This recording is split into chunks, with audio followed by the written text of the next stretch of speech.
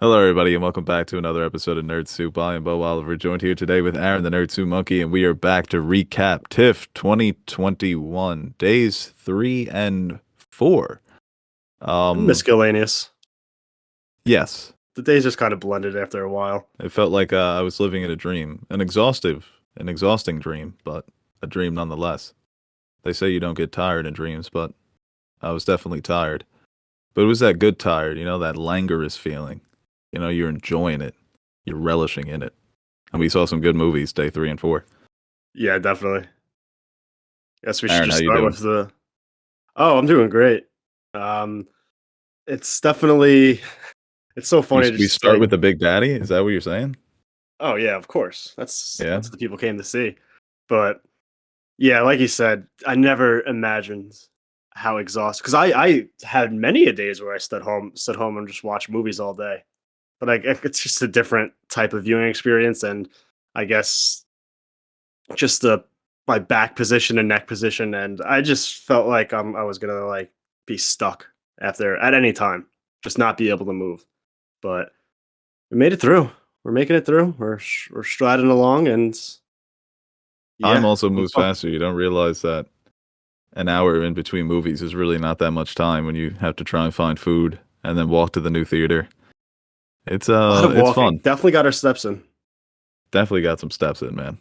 But yeah, no, we were able to see Dune Saturday. One of the most anticipated movies of the year, movie that's been plagued by delays and pushbacks. There was a new report that Warner Brothers even suggested delaying it to 2022, but Villeneuve, because I've been pronouncing it wrong all these years, said no, we're going to drop it this year. And man, I think I would rather you start off this review because I don't want people to click away in anger. Even though I did like the movie, but did you like the movie, Aaron? Yes, I did, and yeah, it Awesome. is funny. Yeah, that's it. Um, no, they're definitely gonna have a more thorough review coming out soon, but just for our quick hits here. I think that, and I think obviously we have a different perspective going into it. You reading the book and all that, and knowing so much about, well, more about the source material than I do. Where for me, this is just a new kind of experience. And while I knew about it somewhat going in, I was blown away. I wrote like on my like quick little Twitter review that it was almost mesmerizing at times, just by the sheer scale and the scope of it all. And it really is just a massive movie, and it's so visually pleasing, and technically sound. And I think that's the strongest aspect of the movie. I think where it maybe things I didn't really like too much, even though I did also really like it, was just some of the characterizations with some of the characters, and I think some story elements were missing. And it was very much a part one where I think truly you have to see both parts and view it as a whole for it to feel complete.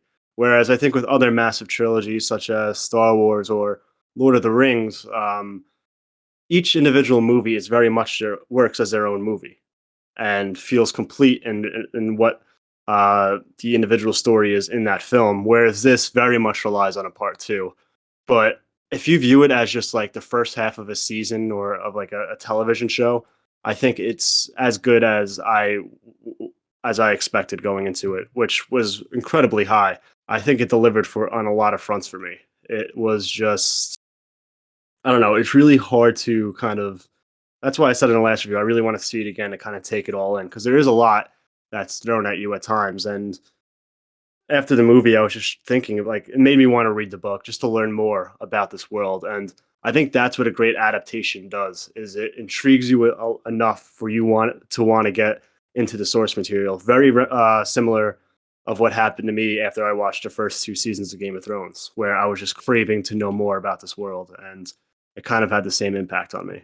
Yeah, I felt very similarly to how I felt after watching Blade Runner 2049. The production value, I couldn't believe what I was seeing on screen. It was like something literally out of a dream of every cinephile, having $200 million to bring to life a movie that feels like an art house film.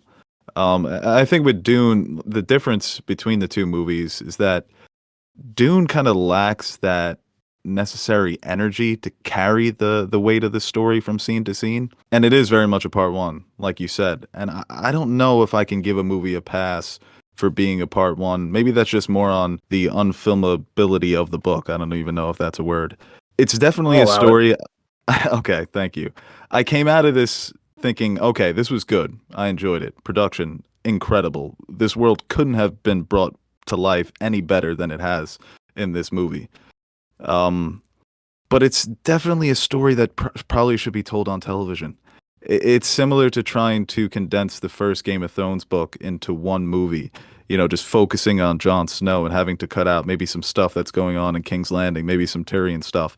You're not going to get that satisfying experience, that fully satisfying experience. So for me, Dune, it came close to being a great movie. It came very close to nailing the overall tone of the novel, but there was definitely something missing, and that's something that I maybe want to touch upon in our more in-depth review. But for newcomers, I think you being a newcomer, you get so absorbed and so immersed in the world because everything is new for you. You know, the politics, the characters. So it's all these new toys that people want to play with. Like you said, you want to dive right into the book. So I'll be interested to see who enjoys it more. Is it the fans of the novel or the people who haven't read it and are coming in for the first time? Yeah, But I think they could I'm have done a little better with some of the world building, the political structure, the interplanetary kind of relations, and maybe a little bit more some of the history of a lot of those aspects, and maybe and more with the characters. I feel like only certain characters really stood out for me, mainly being Lady Jessica, Rebecca Ferguson, and Jason Momoa's Duncan Idaho. And I wish we got a little bit more with Paul. And that's probably one of my main criticisms is especially if they do the thing where the point of view shifts to Zendaya's character, I don't think we got enough Paul to justify that. And I think they could have done a better job at some of those elements. And, you know, easily what I said about wanting to learn more could be also viewed as a criticism because you could argue that, well, maybe the film should do that for you, right? It shouldn't be up to yeah. the viewer to go seek out more information. I just like stuff like that. So, from my perspective, that's not like a huge turnoff for me. I actually welcome the challenge. So, but yeah, maybe those I think are going to be. I think we'll see a lot of those same criticisms by the time this movie rolls out. Yeah, I think like something Lord of the Rings does so well is it's hitting you with a lot of information, but it never overwhelms you. You can kind of just take it for what it is and continue on this journey with these nine characters. You know, they're easily distinguishable. You know who everyone is. With Dune, it's hitting you with. It didn't overwhelm me because I was expecting all of it, but I often kept wondering to myself while watching it, are people going to be, are they going to know what's going on? Are people going to struggle with this narrative? There are details that you just can't focus on that are going to be lost no matter what type of adaptation you do unless it is on television. And in television you have the ability to stretch it out to go even further. Um, Yeah, but that's going but to be like something that I'm anticipating to see how people react to this movie now that I've seen it. I don't know how casual fans are going to react. Recently, HBO said that they only need HBO Max numbers in order to greenlight part two. This movie needs part two. I think that there are right. parts in part one that won't even be remedied by a good part two, but a great finale can make this one complete, almost cinematic masterpiece. I If part think two that's is how outstanding. people yeah, I think that's how people are going to view it. And I think like I said, I think the main big takeaway is just going to be just how the film looks and what Villeneuve was able to do as a filmmaker to bring this world to life because um maybe if like a great part 2 could make it a complete masterpiece, but part 1 on its own I think is a technical masterpiece. Um and Yeah, can't stress that enough. it really is I've something you never get seen lost anything in. like it. And go see it in IMAX, see it in Dolby. Hans You Zimmer's have to. score, I Don't stay think home it for this. radiates through, and it's just an experience just to view. It's kind of indescribable at times. So it really is. Don't watch it on HBO Max, but also watch it on HBO Max because we need those streaming numbers. So like, leave it on while you go to the movie, then just come back and watch it again right after. I don't Yeah, know what just to have your do. little pets watch it, when you leave your pet at home. Just put on Yeah, Dune for your they come doggy. back. They want to watch like Blade Runner. You just Yeah, turn your all of a dog into a sudden they're fucking cinephile. cinephile, smoking a cigarette. I just want to make a few last points before we move on to the next movie, because, like you said, we're going to drop a more in-depth review, spoiler-free review. I think the standouts for me were, yeah, I was expecting this because she's my favorite character from the novel, but Rebecca Ferguson as Lady Jessica.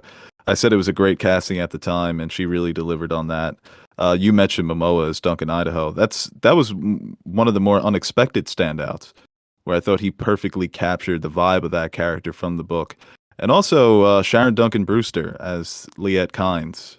Um, Another surprise standout. I didn't expect to, come away really liking her interpretation of the character. I didn't expect it to be bad, but I didn't expect her to stand out. She was that's the Max von Sydow character from the David Lynch movies. So I thought she honored the character. She honored Max's performance as well. And yeah, we'll talk about, because there are definitely some casting issues I had, but I'll talk about that in the other review.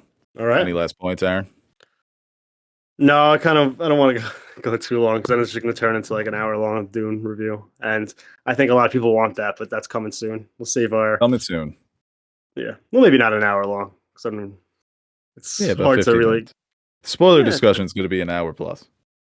Oh, spoiler discussion. We're going live for 24 hours. It Be a was fun fucking telethon. talking to you after it because obviously I didn't have to not talk about spoilers because we both saw it. Right. But yeah, we were just walking around just talking about it for like a half hour, and then we went to lunch, and they're like, "Yeah, but remember when this happened?" Or Yeah. remember? I was in an absolute daze. I had so many questions I wanted to ask, but yeah, I didn't want you to spoil anything for part two. Like, well, Yeah, you does got this to finish happen? that book. I'm staring at it right now. Well, another movie we saw based on a book, All My Puny Sorrows, directed by Michael McGowan, adapted of the 2014 novel of the same name by Miriam Taves, starring Alison Pill, Sarah Gadon, um, Amy Beth McNulty. And this was a surprise for me. It was a movie that I didn't expect much out of going into. I didn't expect to like it as much as I did. A movie that's dealing with some very heavy issues, a family that is dealing with mental illness across generations, but also it's a story told with a lot of humor. And I think that helped the movie become more relatable, because I think a lot of the movies that tackle issues like this, they either take it too serious or too surface level. I thought that this was a mixture of both, because a lot of the ways people deal with these types of issues in real life is through humor and through comedy. That sort of camaraderie that you built with your family, the people that you feel comfortable with, dealing with these issues in that way. So I thought this was a pleasant standout for me. And like I said, a hard movie to watch, but at times also very enjoyable and funny and comedic and cathartic. Right. I think that's a good point because we talked about it with Dear Evan Hansen, which they kind of deal with similar things. Um, like as long as you do it like in the right way or stay consistent throughout, you can bring in some like humor with a subject matter like this, or kind of, uh, it doesn't have to be all doom and gloom. And I think with the difference between this and Evan Hansen, it's like it wasn't afraid to go fully into the dark humor because you're right. Like I think a lot of people who do struggle with a lot of issues, like in this movie, do use humor as an outlet, and we see it with all serious situations. People who are dealing with something tragic or have been through something tragic, kind of trying to use humor to make it easier on themselves. I do it all the time. That's why I'm so goddamn funny.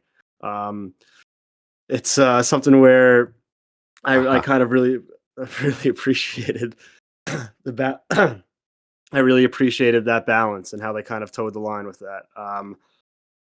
Yeah, and I think Alison Pill, we talked about just how much we love her. Like she's just a great actress, and I think she was very good in this movie.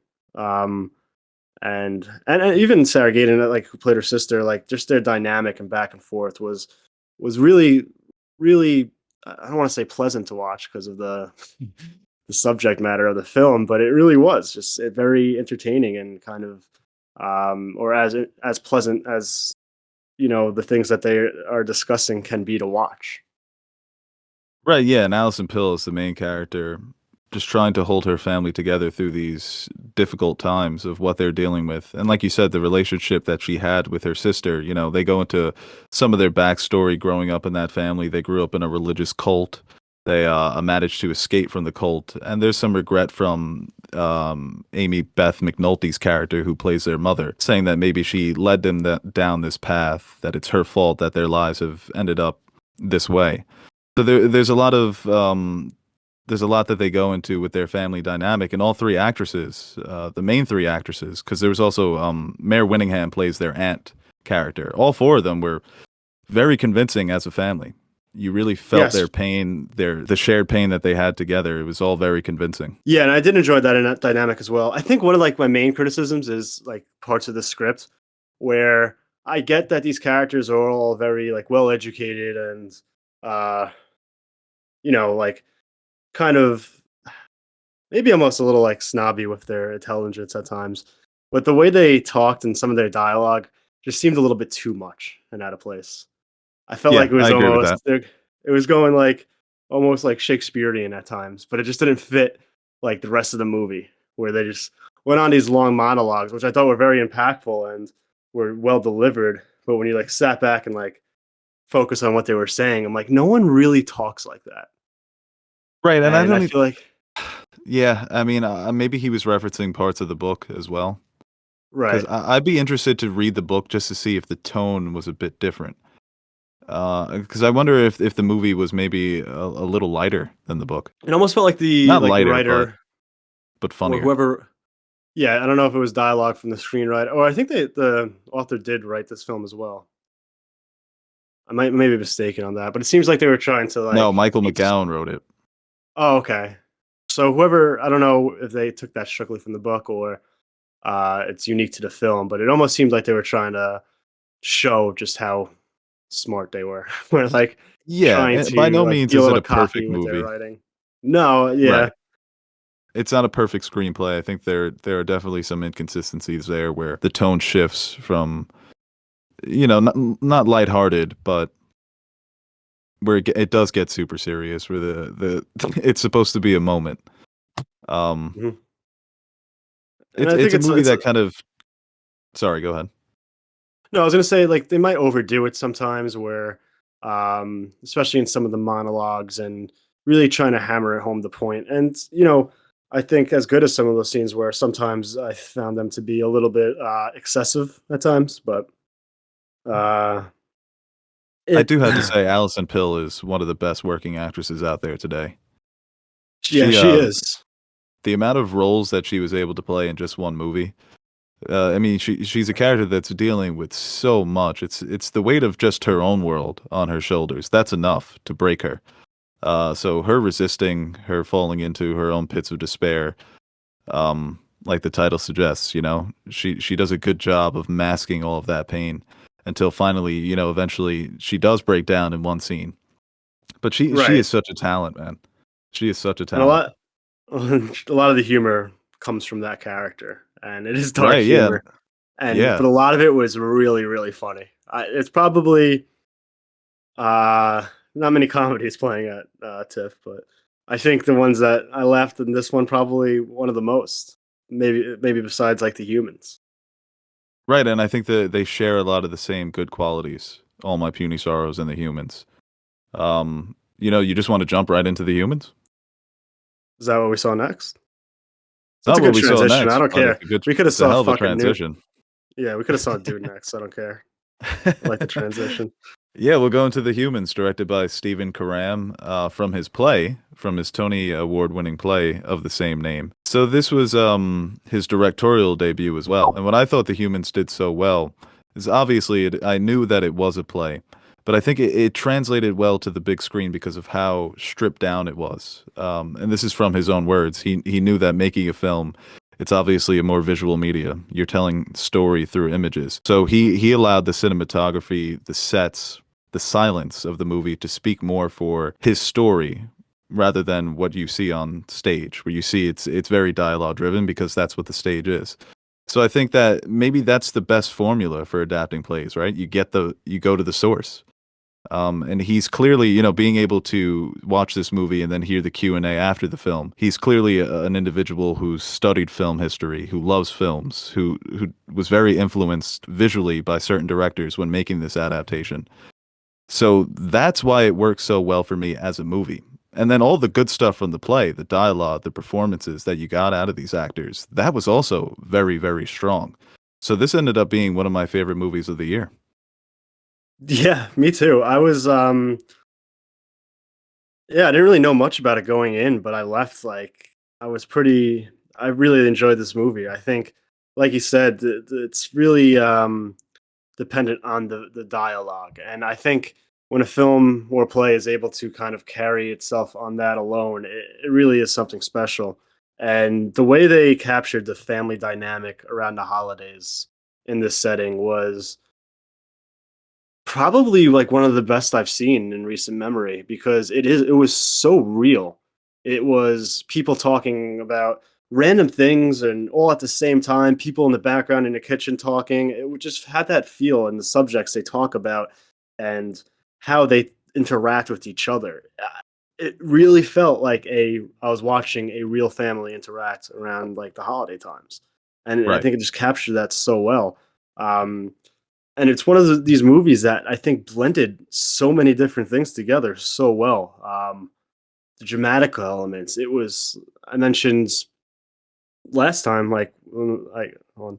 I just mentioned the movies I laughed at the most. This was because this movie was fucking hilarious, and there's a little bit of horror sprinkled into it too, and it hits so many different genres and blended them all together, and it works so well. Uh, the performance, Richard Jenkins, I think. I wouldn't be surprised if he got a supporting actor nod here. Um, Amy Schumer, wow, what a standout! I know Yeah. she gets a lot of hate. Um, for very like she just gets a lot of hate in general. But she's like, if you've seen Trainwreck, you know she's a good actor, and I think here she absolutely shines, both dramatically and comedically. Yeah, and I think it was the director and the cast just had all great chemistry. They all had great chemistry. And obviously the cast, like you said, it feels like you're a fly on the wall of a real family Thanksgiving. A Thanksgiving Yeah, that either you've already attended or that you wouldn't want to attend because if you were looking from a as a fly on the wall perspective, you'd be like, these people are crazy. Or you either know this family, this is your family. And the dialogue was so real, so genuine. Conversations that would be being had between family members. And you mentioned the horror elements of this movie, the way that the anxieties of the outside world are creeping in. Obviously throughout the film, you're hearing the neighbor upstairs banging, banging, and they don't know what it is, right? And they're all bringing not only the world anxieties, but their own personal anxieties, the things that they are going through in their individual lives, the secrets that are being kept and then revealed at Thanksgiving. All of that was just, it was an emotional watch. It definitely was. And like, I just have to talk about the cast once again. The chemistry between them was just bursting off of the screen. This was a fucking family, you know? This was a yeah. family that has shared the same Thanksgiving traditions for the past decades, So they I were think all great. Stephen Yoon played like the outsider, like the Yes. person who's marrying into the family, or you know, hasn't been a part of this family for as long as the rest. I think he played that character so well, just trying to like do his Trying to best fit to, in. yeah. So he has some of the Even though funniest it's not parts a in this movie. that's the funny thing about family, right? Trying to impress your in-laws. It's people that you would never go out of your way to try and impress or endear yourself to, but you have no choice because they're the in-laws. And I think that there were a lot of moments where he really shined with his humor. Not because he was trying to be funny, but I think because a lot of people would be able to Just relate this, to his predicament. yeah, just the situations he finds like he's in and conversations he Right. finds himself in, having to kind of either side of the in-laws or side with his fiance. Who Beanie Right. Feldstein was great as well too. She came on with Booksmart, and I think she's another up and coming actress. So Yeah, she was great at capturing the ambition of a small town girl wanting to move to the big city. She came right, off as very believable in that role. And Amy Schumer as her deadpan older sister, like you mentioned, she had some really funny lines. Maybe the funniest of the movie. But the quiet scenes with Amy Schumer as well, and that's a credit to the director, trusting his actor to be able to portray these moments in the film. Um, and Yeah, I think also, every character has that one moment where they're reflecting on their life, and I think they were all able to really nail that as well, and then go right back into the previous tone and dynamic they had. yeah, and the actress who plays the mom, Jane Howdyshell, hasn't appeared in many films. I think she's only appeared in maybe like 10 or 15. I wonder if So she that was in was the play. no, yeah, she was. Oh, that's what I was going to mention. She actually played the mom in the play, and Okay, she won a Tony for her role. So they brought her she over was to play the wife of Richard Jenkins's character. she was in Little Woman. Yes, she was.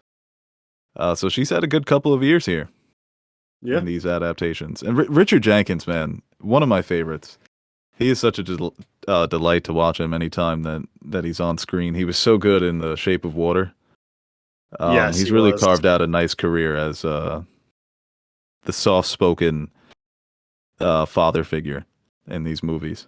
My introduction to him was Step Brothers, so that's kind of like still in the back of my mind every time I see him. Yeah, that's a guy Oh, from always, Step always. Brothers. No, I always think about that when I see him like killing it in a dramatic role. And like the first time I saw this man, it was in fucking Step Brothers. And I think of how dead ass he was in that movie. He was so good. Yeah.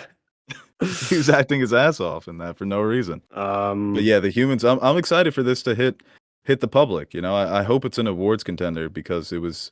I think it was my third favorite film of the festival, behind Drive My Car and Titan. oh yeah, it's number 5 for me. Drive My Car, Dune, Seven Prisoners, Petite Maman, and then Humans. Seven Prisoners, man, what a fucking movie! I can't wait to talk about that. Yeah. Okay, well, we skipped over one, so we're gonna just gonna go No, I think back we quick. have Murina and Bergman Island. Yes. Okay. Okay. No. Yeah. Um, I guess we didn't skip over it. Just on my outline, we skipped over it. But what okay. do you want to talk about first, Bergman or Marina? I'll let you pick. Um, well, I liked Murina better, so let's go. We'll save that for the end. Liked it Okay. more. Then let's talk Bergman Island. Why did you hate Bergman Island, Aaron? I hate Bergman. I think he's overrated and he's a hack. No, I'm joking. Um, I know. I think the thing is with all these movies, I didn't really see anything that I thought was bad. Like there were movies that like didn't work for me, and I would rate them lower. And maybe not like if it was thumbs up, thumbs down, I might give a thumbs down too. But nothing was like truly bad. And this movie like teeters like I think overall I liked this movie. I think first of all it was beautifully shot. Just capturing that island and that's the Swedish island, the landscapes and kind of all those things. I think it really was able to create a very visual pleasing movie. And I think a lot of like the Easter eggs. Like I don't know if like someone who doesn't know who Bergman is will like enjoy a lot of this movie because it is very much a Leo meme pointing at the screen every time they reference something. It's like, oh, Seven Seal, I know that. Oh, Shame, yeah. Persona, Yeah. oh yeah, it's a good movie. Oh, Bergman, I know Bergman. So it is very much a film for film lovers. But I think it lacks a little bit with the story, and um, there's also a story within the story, and I think that kind of takes away from like the overall story, even though it does add a lot of characterization to the Vicky Krieps character. I found it to be a little bit disjointing. I found that to be a little disjointed at times. Um, and overall, I mean, it was just a pleasant, nice morning watch for me. Nothing. I wasn't blown away by anything in particular. No, definitely not. I did come away thinking, did I like this because I like Bergman, or did I like it because it's a good movie? It does heavily rely on the Bergman references. It's also a movie about how movies are made, and that's Right. why they go to this island. That's what Bergman went to this island to shoot. I think it was Through the Glass Darkly they mentioned in the movie, and he was so inspired by it that he often went back, and he also shot other films there as well. And the character played by Vicky Krieps is inspired on her trip with her husband, who is more of a Bergman fan than she is. uh, which I thought that was a funny little detail. The insufferable husband pushing his favorite artist on his wife, right? Yeah. But like you said, it was just it was good. It was a good movie. The way that they blended the real life of the characters with the story that is being developed and manifested in the mind of Vicky Krieps' character during her trip. All those touches were very Bergman-esque and enjoyable to watch. But nothing really wows you about the performances. Like you mentioned, I think the best part of the movie is just how it looks, the setting. Um, it was a very fun morning watch, also, like you said, and a movie that I'll definitely go back and enjoy because I am such a Bergman fan. You know, I could have seen myself as one of the nerds on this trip to Bergman Island. Yeah, right. You definitely have a more extensive knowledge of his movies and than I do. So maybe It you made me had a feel more like a appreciation. loser at times. I was like, why do I know so much about this man? I feel like it's something if I do ever rewatch it, it'd be like after I like take a bigger bite into his filmography, I might enjoy a little bit more, or just enjoy some of those references. Because like you probably were batting like 800 on those references. I wasn't. You know, I got a few of them, but a lot of them just were like, oh, I guess that. I Right. guess that Well, would make sense. there's like a couple that I haven't seen, and I was like, these people would like think I was some sort of philistine, some sort of peasant that snuck onto the Bergman Island. It's like, yeah, yeah, in order to enter the island, you have to, there's a test. You have to pass as 95% on the Bergman quiz. That is wild, though. Like, just to have your own Well, they island. Yeah, and the way that they were examining Bergman the man, it's not only the films, but it was the way that he related his real life to his movies. The idea that he had multiple wives, that he wasn't a great father, he wasn't always there for his kids, and this kind of societal idea that men are allowed to embrace their art while women have to stay back and take care of the family. You know, it's never a woman that can have six kids by six different men and be this critically acclaimed, super beloved international artist, right? So in her own mind, she's wondering, hey, how come I can't be Bergman, right? So I think anyone who likes Bergman has often flirted with the idea of, you know, what if I were Bergman? You know, what if I was this critically acclaimed, awesome rock star director? So those elements were also very enjoyable. A fantasy movie that was very Yes. good, just not great. Yes, I agree. I like Tim Roth, though. Oh yeah, Tim Roth is in this. We didn't even mention that, and also Vicky directed by Mia Krieps, she Hansen was in a Love. couple. Yes. That's a Yes, hell of yeah, a yeah. last She was name. also in the I like seeing Hansen that one Love. when I see. Yeah, because like the O has like a dash through it, and I think that's just Yes. badass. She's got a great director's name. Yeah. Well, both of them were in multiple films this at TIFF. I like seeing that. It's fun. Right. She's just someone who was born to be on screen. You Everything hear about she her. said recently, like after Phantom Thread, she's like, it took me a while to work with somebody because I just PTA was just so good. It's like, yeah, I get that. Definitely get that. Yeah, and then someone was like, she went and made old. Yeah. Well, one for you, one for me. She's like, well, I love Shyamalan. What can I say? She probably loved. Yeah, you got the check too. All right, our next movie on the list, Marina, is actually a directorial debut by Antonetta Kusa-Janovic. Also backed by Martin Scorsese, who was an executive producer on this. It's a Croatian movie about a small family that lives on a Croatian fisherman island. And this was a another surprise. I thought it was very strong for the directors as the director's first movie. Being backed by Scorsese, having that cosign obviously piqued both of our interests, and it didn't disappoint. No, when you say first time director, for I think second time actor or maybe first feature for hope I pronounce this right, Gracia Filipovic. Um, to get like to have that dynamic of like such rookies, I guess you would say, and have that big of a to be able to make a film this good and to give a performance that good, I think was truly remarkable. I really enjoyed this movie. I think it does a lot of the things that I wish The Power of the Dog did in terms of creating that uneasy atmosphere and this kind of uh, this dynamic of like the patriarch being super controlling and like basically creating a living hell for the people that are surrounding him. Um, and maybe it's not as subtle as Power of the Dog. It's more in your face, but I kind of like that because he created that atmosphere in a more impactful way for me while watching this movie. I think I have it a little bit above Power of the Dog, honestly. So this is definitely one of the surprises coming in because I haven't heard about, I didn't hear about this movie at all going into the festival, and it was just something we popped on for a digital screener in a hotel room, and I was kind of just, I really enjoyed it. See, for me, I think the power of the dog was more it's possible to change. And Marina was more this You is are who the you alternate are. life you will never have. Yeah, That it's kind of over for this family. That they're going to be stuck in the setting being an endless summer. It felt like this was just going to be the cycle of life for them for the rest of their lives. And then you have this charismatic millionaire being played by Cliff Curtis, an actor he's instantly recognizable. It's like, oh, he's from that and that, but he was so very good in snap your this. finger. Yes, Oh, right. what is he in? What is he in? What is he in? And he's a New Zealand actor who's always playing different ethnicities. He's always playing people from different places and countries. I guess he's like an international actor. That's what Hollywood has turned him into. But for the role that he plays in this, I thought he absolutely stole the show. And the other performances were great as well. And like you said, the also the actor Leon Luciv, who plays the father figure, just absolutely hawking his family throughout.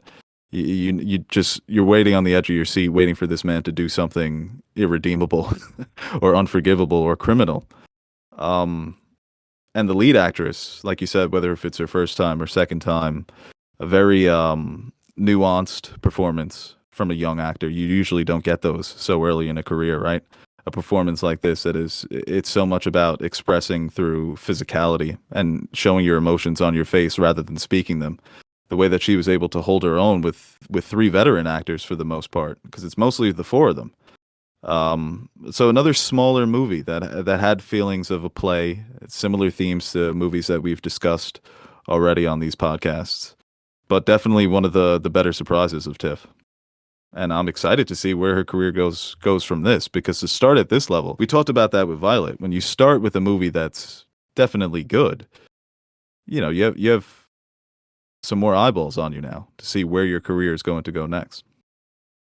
Definitely. Yeah, and she does such a great job of like you said, capturing kind of that like endless summer type feel, or kind of you know masking the, I guess, almost living hell these characters are in by just and contrasting it with the beauty of the islands, right? Yes.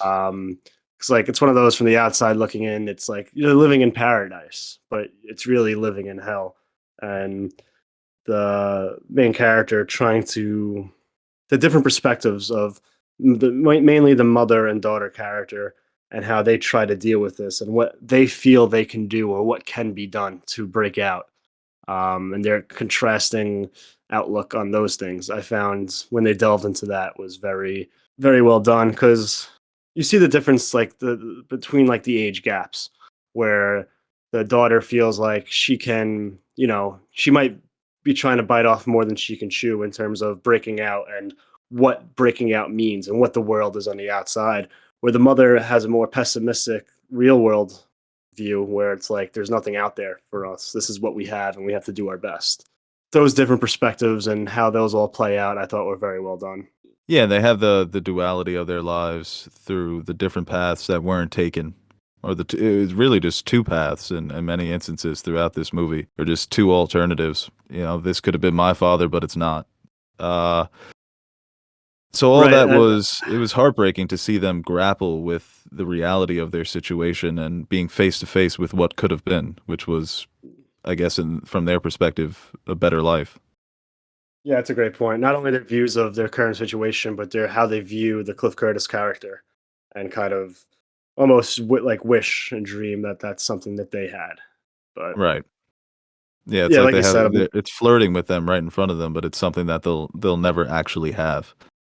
And those right. stories are always so heartbreaking to watch when it's in arm's length, but you know the character is never going to grab it, but you so desperately want them to, It's like when you to see a have that commercial. freedom. It's like when you see a commercial from a fast food place that is not in your area.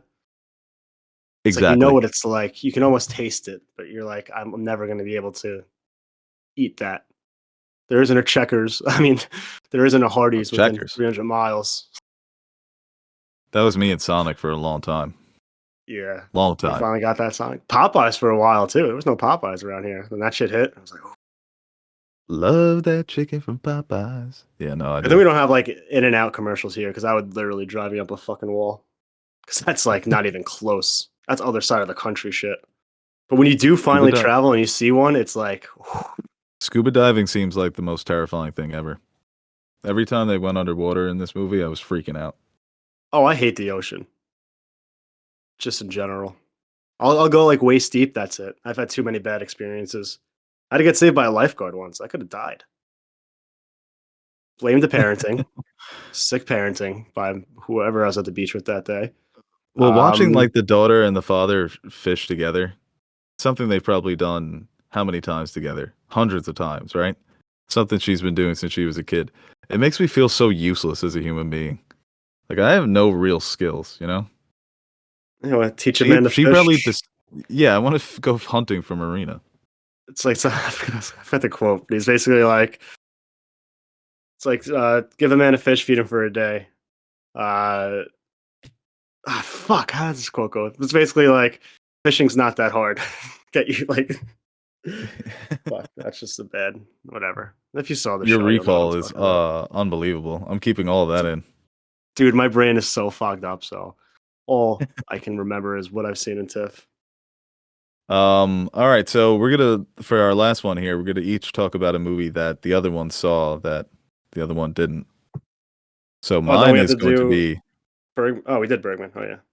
See, I don't yeah, even no, we remember what did we Bergman, man. fucking talked about. Yeah, we talked about it for like 2 hours, man. Give it the program. Oh I'm my going to god. talk about the eyes of Tammy Faye, and what are you going to talk about, Aaron? It sucks. I couldn't fucking see that movie. Yes, it does. Did you want me to go like with the movie I didn't like or a movie that I was like, oh, that's pretty good? Yeah, give me pretty good. Okay. The Mad Woman's Ball. Okay, cool. You didn't see that, right? No, I didn't. I did Okay. not. It's a French movie. I Les like the Balles French. des Fol Les Balles des Folles. Uh-huh.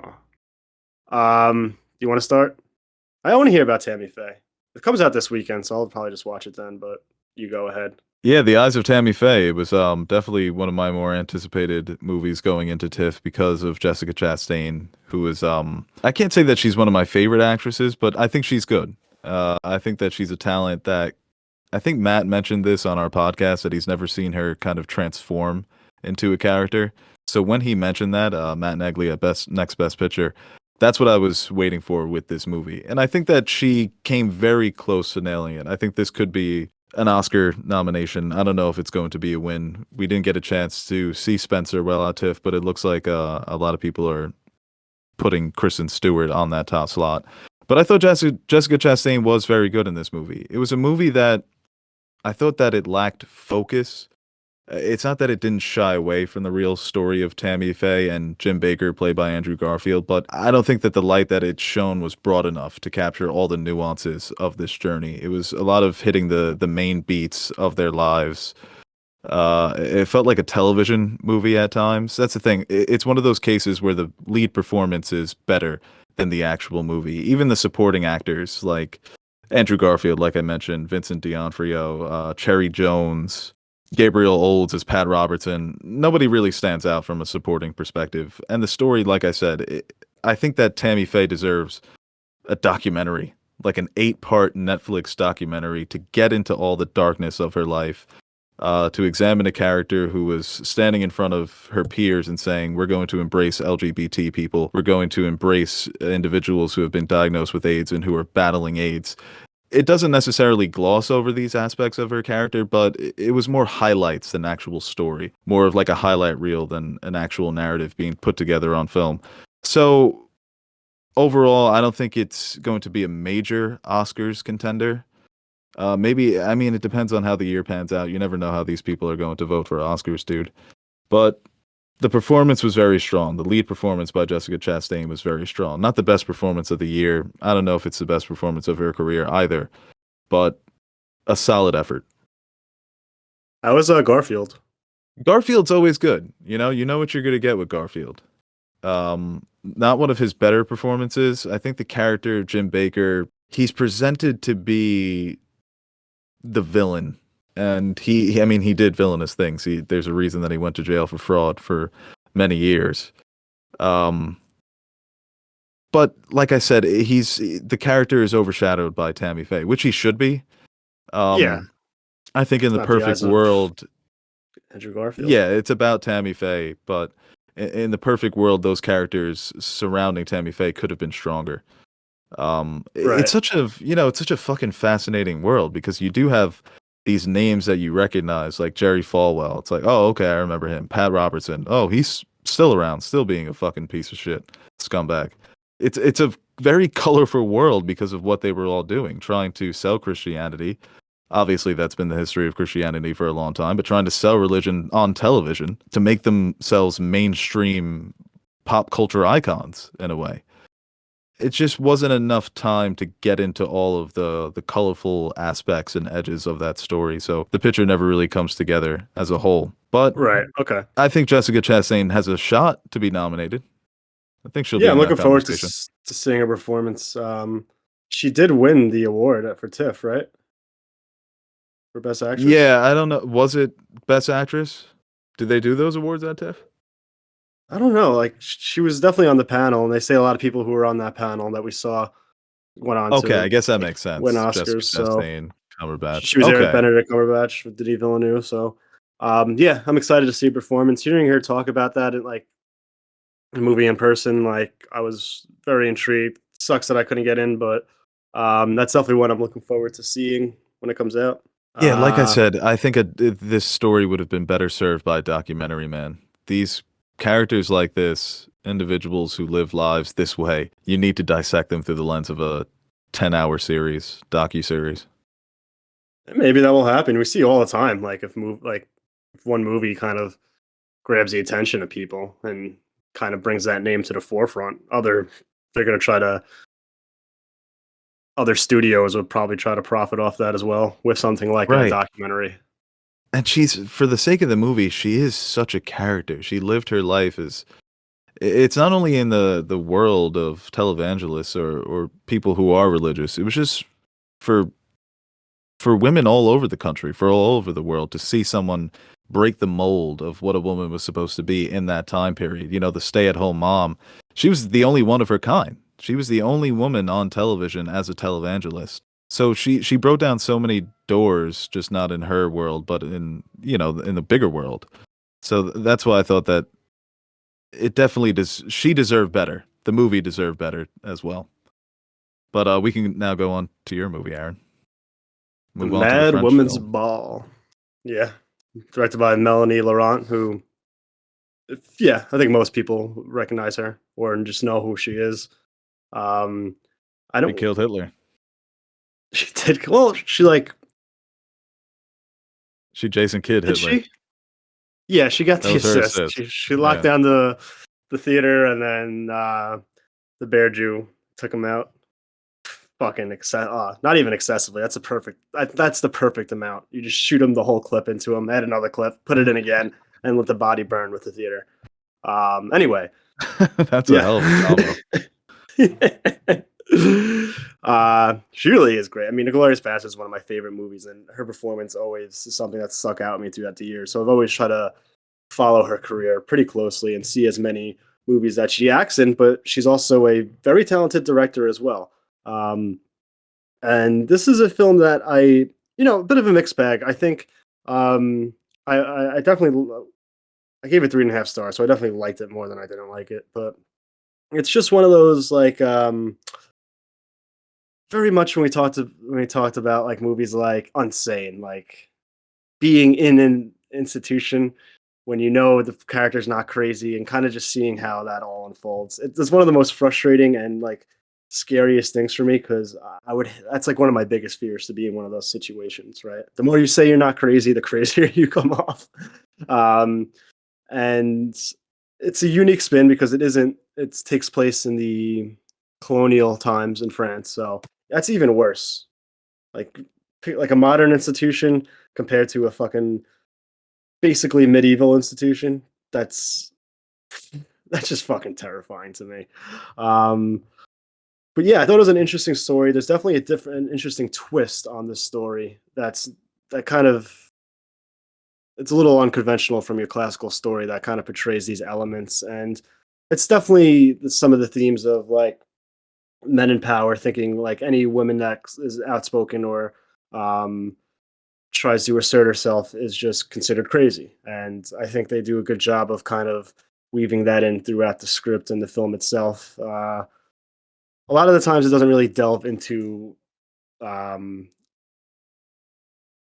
more of like the themes and I think some of the characters because I do wish it got a little bit more psychological where there is a questioning or you're not really sure about the reliability of the narrator or the characters. I think it comes off pretty straightforward, and it is it is definitely intriguing throughout, just seeing what these characters go through. I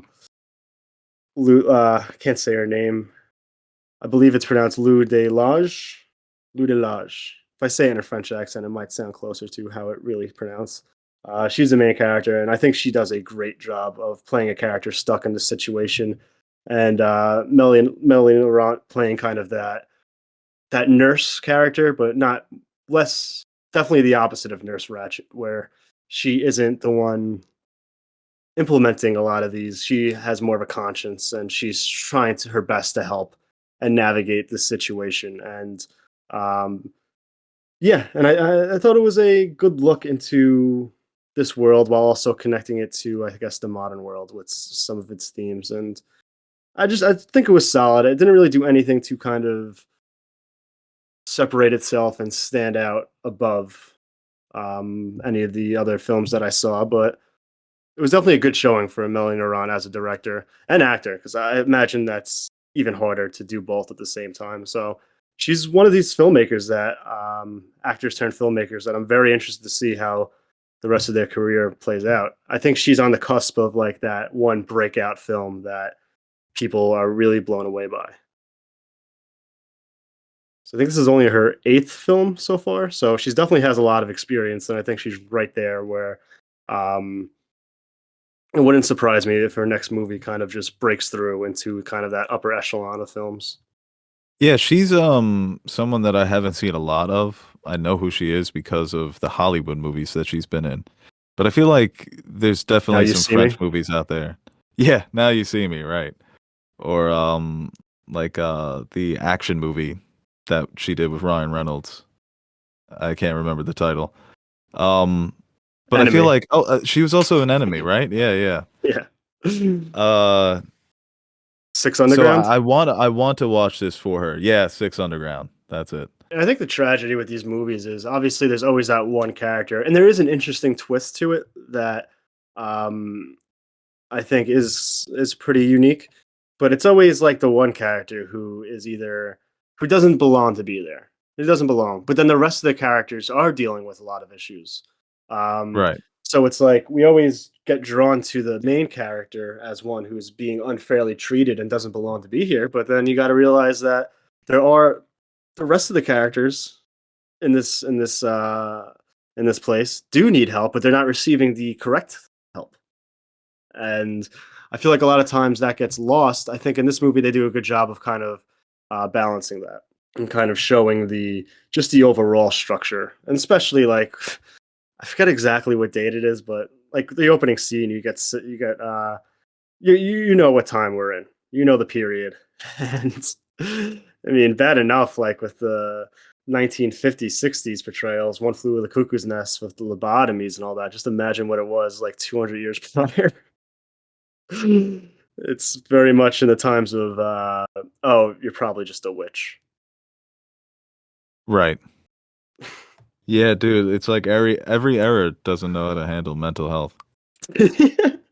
It really, I don't want to laugh about it, but like when you think about it, yeah, It's a just how sad, the yeah, it's just a sad reality. dude, even like 50, 60 years ago, what was happening and what they thought the correct way to deal with a lot of these issues are. It's getting better Right. though. Yeah. No, it is. Yeah, like everything. I have to admit. All right, that is TIFF day 3 and 4 in the books, right? I don't Was- know.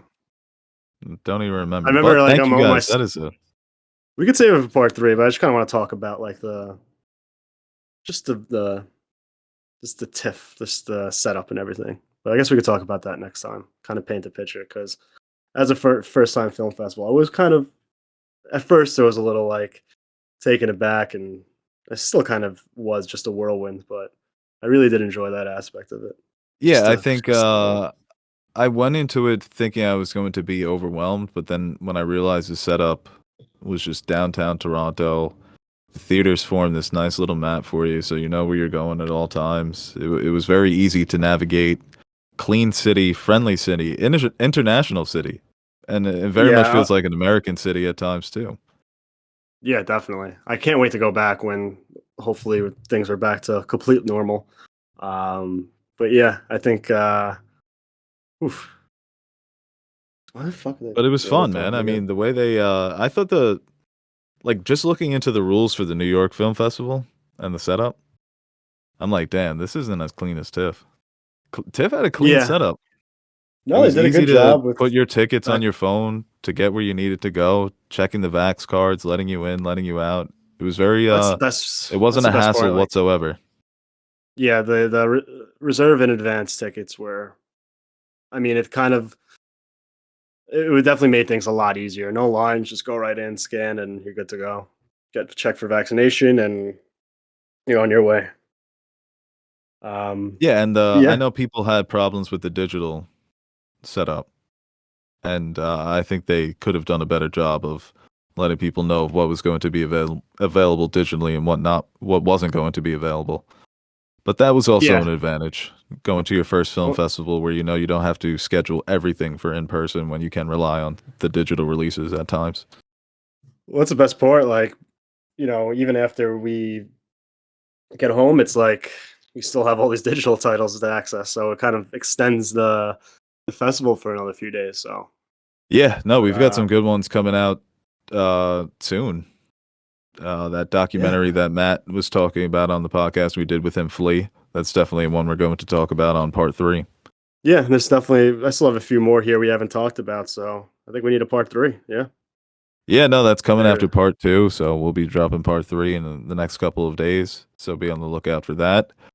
This has been TIFF 2021 recap video part 2. Thank you guys for listening. Like, share, subscribe to our channel, do all those things. For Aaron, I am Beau Oliver, signing off. See you on the next video, guys. Damn, we were making some good points in that video. Hey guys, Aaron and Nerd Suit Monkey here. Before we end this video, I want to give a quick shout out to our Patreon supporters. What can I say about you guys that I haven't already said about myself? You are the most important part of the channel and the main reason we keep going strong. Like Bo says, you keep the lights on in the fridge so the fridge is full. Or something like that. So, from everyone here at Nerd Soup, I'd like to thank you guys for your continued support. If you're interested in joining the ranks of our Patreon supporters, head over to patreon.com/nerdsoup and check out the rewards we offer to our patrons. We recently dropped some new stickers for you guys to check out, or you could choose a tier that will allow you to select a movie, show, or video game for us to review. We've got a full slate of fan-suggested reviews coming your way, and we're really excited about the chance to review some of those movies and shows. We've also got t-shirts, mugs, behind-the-scenes videos showing how we bring our videos to life. And once again, thank you to all our Patreon pledgers who have been supporting us throughout the years. Without you, we wouldn't be able to convert all your pledges into cryptocurrency, so thank you from my future self for making us rich.